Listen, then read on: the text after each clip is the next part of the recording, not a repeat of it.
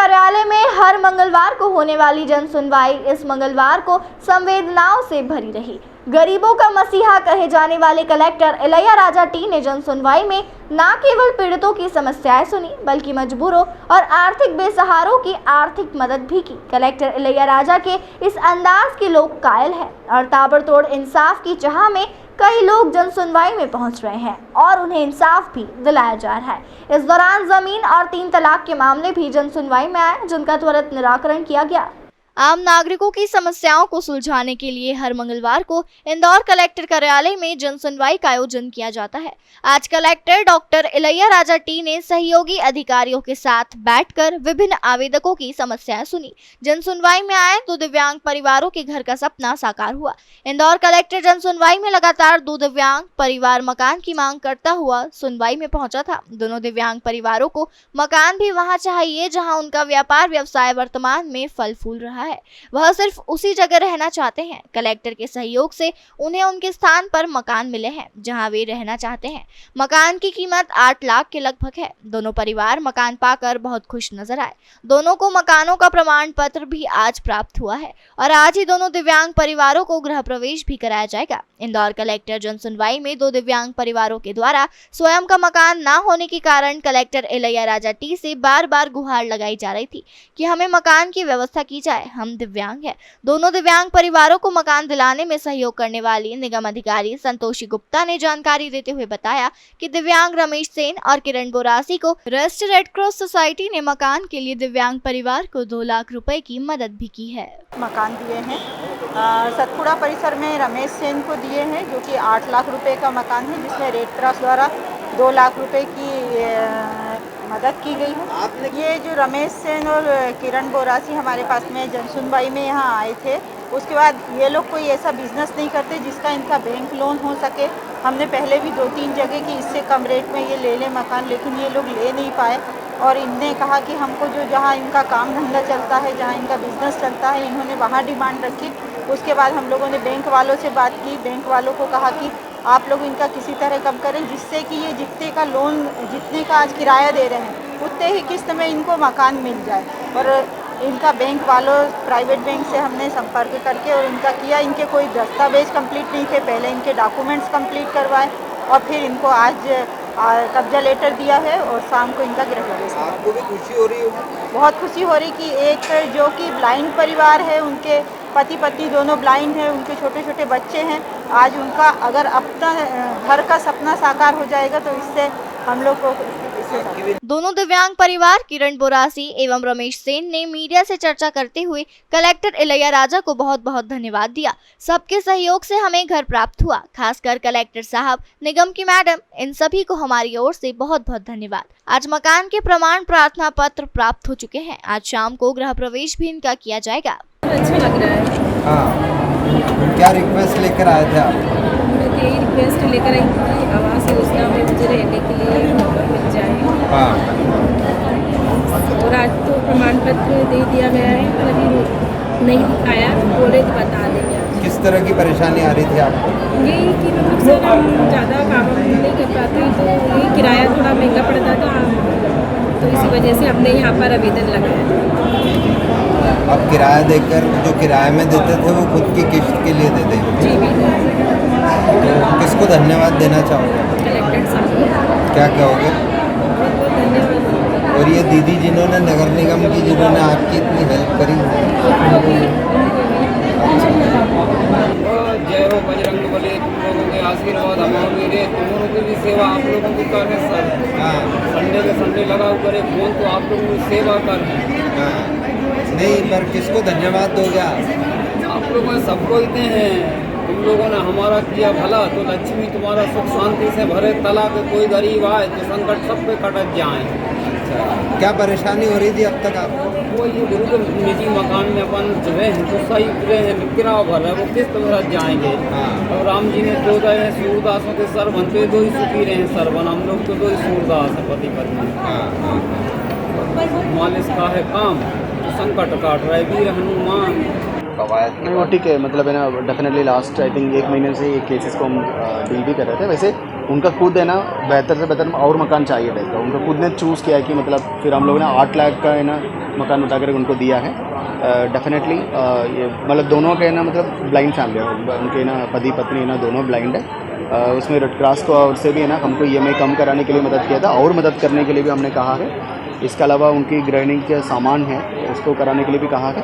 तो वो भी अपना वैसे भी वो स्वयं के रोज़गार के माध्यम से वो कमाते भी हैं। एंड डेफिनेटली ये लोग एग्जाम्पल भी है कि आप दिव्यांग होने के बाद भी है ना आप अपना पैरों से खड़े हो रहे हो। एंड ऐसे लोगों को डेफिनेटली एडमिनिस्ट्रेशन लगाता रहना, विभिन्न प्रकार के ना मदद देना हम लोग करते रहेंगे। वहीं एक अन्य मामले में कॉलोनाइजर से पीड़ित प्लॉट धारक कलेक्टर जनसुनवाई में पहुंचे। आपको बता दें कि ग्रीनलाइट शेल्टर्स प्राइवेट लिमिटेड के अंतर्गत शिवालिक सहित 5 से अधिक कॉलोनी आती है, जिसके मालिक अरविंद बंजारी हैं। इन्होंने 12 साल पहले कॉलोनी का निर्माण किया था, लेकिन आज दिनांक तक उस कॉलोनी पर प्लॉट बेचने के बाद प्लॉट धारकों को डेवलपमेंट का किसी प्रकार का कोई काम नहीं किया गया।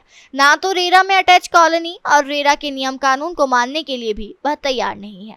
आज कुछ प्लॉट धारक कलेक्टर जनसुनवाई में पहुंचे, जहां कलेक्टर ने स्वयं कॉलोनाइजर से चर्चा कर समस्या का समाधान शीघ्र करने के आदेश दिए हैं। डेवलपमेंट की कोई अनुमति न होने के चलते प्लॉट धारक परेशान हो रहे हैं, वह उनका पैसा वापस चाहते हैं। बिल्डर को बहुत सारे इंस्ट्रक्शन दिए कि आपकी प्रॉपर्टी सेल आउट करो और मतलब जो भी डिसीजन देना था उन्होंने वर्बली बहुत सारी बात भी की फोनिकली, और डिसीजन भी दिया कि रेरा के हिसाब से जो पेमेंट देना है। जो मैटर है पूरा का पूरा ग्रीनलैंड शेल्टर्स प्राइवेट लिमिटेड का है, जिसमें अरविंद बंजारी जी जेल में गए थे और अप्रोक्स 6 साल जेल काट के अभी बाहर आए। ये हैंड ओवर हुआ था लास्ट सुनवाई में। ADM सर हैं राठौर सर स्टेशन है, वो ट्रेनिंग के लिए बाहर गए हुए, और जो SDM सर देख रहे थे जैन सर महू के जो SDM वो देख रहे थे, उनका ट्रांसफ़र हो गया। तो अब हैंड ओवर करने के लिए कोई भी नहीं है, इसलिए हम आए थे कलेक्टर साहब के पास में कि अब नेक्स्ट प्रोसेस कौन करेगा। ये ग्रीनलैंड शेल्टर्स की अप्रोक्स 5 कॉलोनियाँ हैं इंदौर में। ग्रीनलाइट सिटी है, फिर मेहंदी में प्रोजेक्ट है, एक छोटा वो क्या बोलते हैं राला मंडल में प्रोजेक्ट है। ऐसे टोटल 5 प्रोजेक्ट है। सबसे ज़्यादा परेशानी किस प्रोजेक्ट में आ रही है? Green light city first. Total plot holder हैं अप्रोक्स 2,500 से 3,000, और परेशानी ये है कि आज तक 12-15 साल में कोई डेवलपमेंट नहीं है। TNC डाइवर्शन जिनका रिन्यूअल होना था वो नहीं हुआ है। आगे क्या प्रोग्रेस है, क्योंकि वहाँ तो जंगल पड़ा हुआ है, जंगल में कोई मतलब डेवलपमेंट नहीं है, प्लॉटिंग नहीं है। जिन्होंने पैसा दिया उनका रिफंड नहीं है। अरविंद बंजारी जी का कहना है कि रेरा के डिसीजन मेरे को मान्य नहीं है क्योंकि एक तरफा है। तो उनका कहना ये है कि जो पेमेंट डिपॉजिट किया है मतलब प्लॉट होल्डरों ने, वही पेमेंट में रिफंड करूँ। उनकी बात ये हुई कि या तो हम आपकी प्रॉपर्टी पूरी सेल करते हैं और जितने प्लॉट होल्डरों को पेमेंट देना है वो प्लॉट होल्डर को पेमेंट देते हैं। अगर ये कंडीशन है तो हम जारी सूचना जारी कर देते हैं, हम सारी प्रोसेस हम कर लेंगे, आपको डेवलपमेंट करने की ज़रूरत नहीं है। जिनको पैसे चाहिए वो पेमेंट ले लेंगे, रेरा के डिसीजन के हिसाब से पेमेंट देंगे। इसमें वैसे रेरा का है ना डायरेक्शन भी है, RRC ना इशूड है। ऐसे मुझे लग रहा है 1000 के लोग ऊपर है ना लोग है ना इसमें अफेक्टेड भी हैं। वैसे वो जेल में भी रह के बाहर आए हैं, तो उनका भी कहना है कि हम लोग एक पूरा निश्चित है ना स्केड्यूल बना करके करेंगे। सो ये डायरेक्शन दिया है कि मतलब कितने भी अफेक्टेड लोग हैं और कॉलोनाइजर दोनों है ना समक्ष में बैठेंगे, फिर एक उनका क्या पैसा वापस करना है, तो फिर डेफिनेटली RRC का प्रोसीजर्स हैं, उनकी संपत्ति का है ना हम लोग है ना आइडेंटिफाई करके कुर्की करके उनका पैसा का वापस किया जा सकता है। उसमें है ना मतलब बहुत कम लोगों का हम करा पाएंगे, एक्चुअली देने वाले लोगों को बहुत ज़्यादा है। तो इसलिए मतलब कॉलोनाइजर का ओर से एक प्रपोजल भी है, तो हम पीड़ित पक्ष और कॉलोनाइजर दोनों है ना समक्ष में है ना बैठ करके बात करें। उसमें दोनों के है ना बीच में ना सहमति बनती है कि डेवलपमेंट को लेकर, और इनके माध्यम से भी एक प्रपोजल आ रहा है कि हम लोग है ना पूरा डेवलप करके सारे लोगों का प्रॉपर है ना प्लाट ही देंगे। तो उसके लिए वो समय भी मांग रहा था। कुछ लोगों को हम लोग रजिस्ट्री है ना मई महीने करेंगे, ये भी है ना उनकी सुझाव था। दोनों पक्ष बैठने के बाद अपना प्रपोजल है ना एडमिनिस्ट्रेशन के पास लेके आएंगे। दोनों पक्ष की सहमति के आधार पर फिर हम लोग है ना एडमिनिस्ट्रेशन आगे। इस कॉलोनी के संबंध में कलेक्टर से चर्चा करनी चाहिए, तो उनका कहना था कि इस कॉलोनी से 5 कॉलोनी जुड़ी है, सभी को एक साथ बैठा करके समस्या का समाधान करेंगे। अगर जरूरत पड़ी तो उस जमीन को, इस भूमि को बेचकर प्लॉट धारकों को उनका पैसा रिफंड किया जाएगा। इस प्रकार का है ना मांग है ना विभिन्न समाजों के से आते रहते हैं।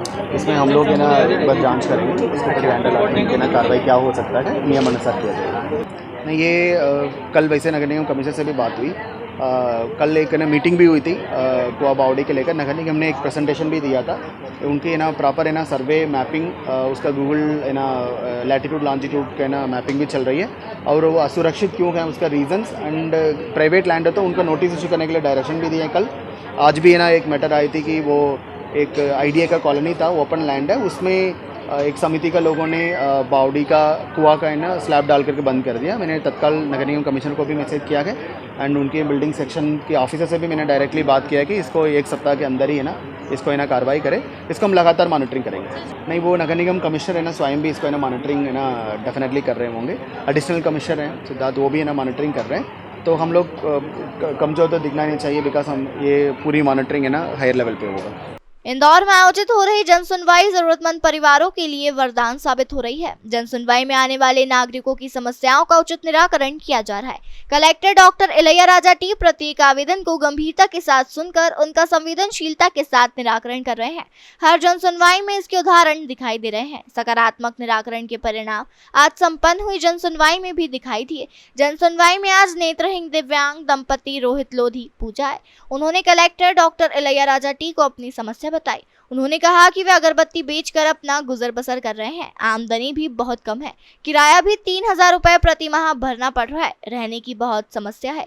कलेक्टर ने उनकी समस्या को गंभीरता से सुनकर निर्देश दिए कि इन्हें तुरंत 1 BHK का फ्लैट आवंटित किया जाए। जन सुनवाई में मौजूद नगर निगम के अधिकारियों ने औपचारिकताएं पूर्ण कर तुरंत ही आवंटन पत्र तैयार कर दिया। इन्हें नीलगिरी कॉम्प्लेक्स अनावदिया में फ्लैट दिया गया है। इसी तरह जन सुनवाई में आज तात्कालिक सहायता के रूप में आवेदक तरुणा संदीप सुगंधी को 5000 रुपए, ममता हिरवार को 10,000 रुपए, गुंजा सिसोदिया को 5000 रुपए, ज्योति गौर को 10,000 रुपए, गरिमा सिंह को 40,000 रुपए की आर्थिक सहायता स्वीकृत की गई। इसी तरह एक अन्य दिव्यांग दंपति विजय जाटव और उनकी नेत्रहीन पत्नी शकुन जाटव को भी मकान स्वीकृत किया गया। इसके लिए आरंभिक राशि भरने हेतु रेड क्रॉस से 1 लाख रुपए की मंजूरी दी गई। औपचारिकताएं पूर्ण कर इस दंपति को भी फ्लैट शीघ्र आवंटित किया जाएगा। इंदौर से द नेशन टाइम्स की रिपोर्ट।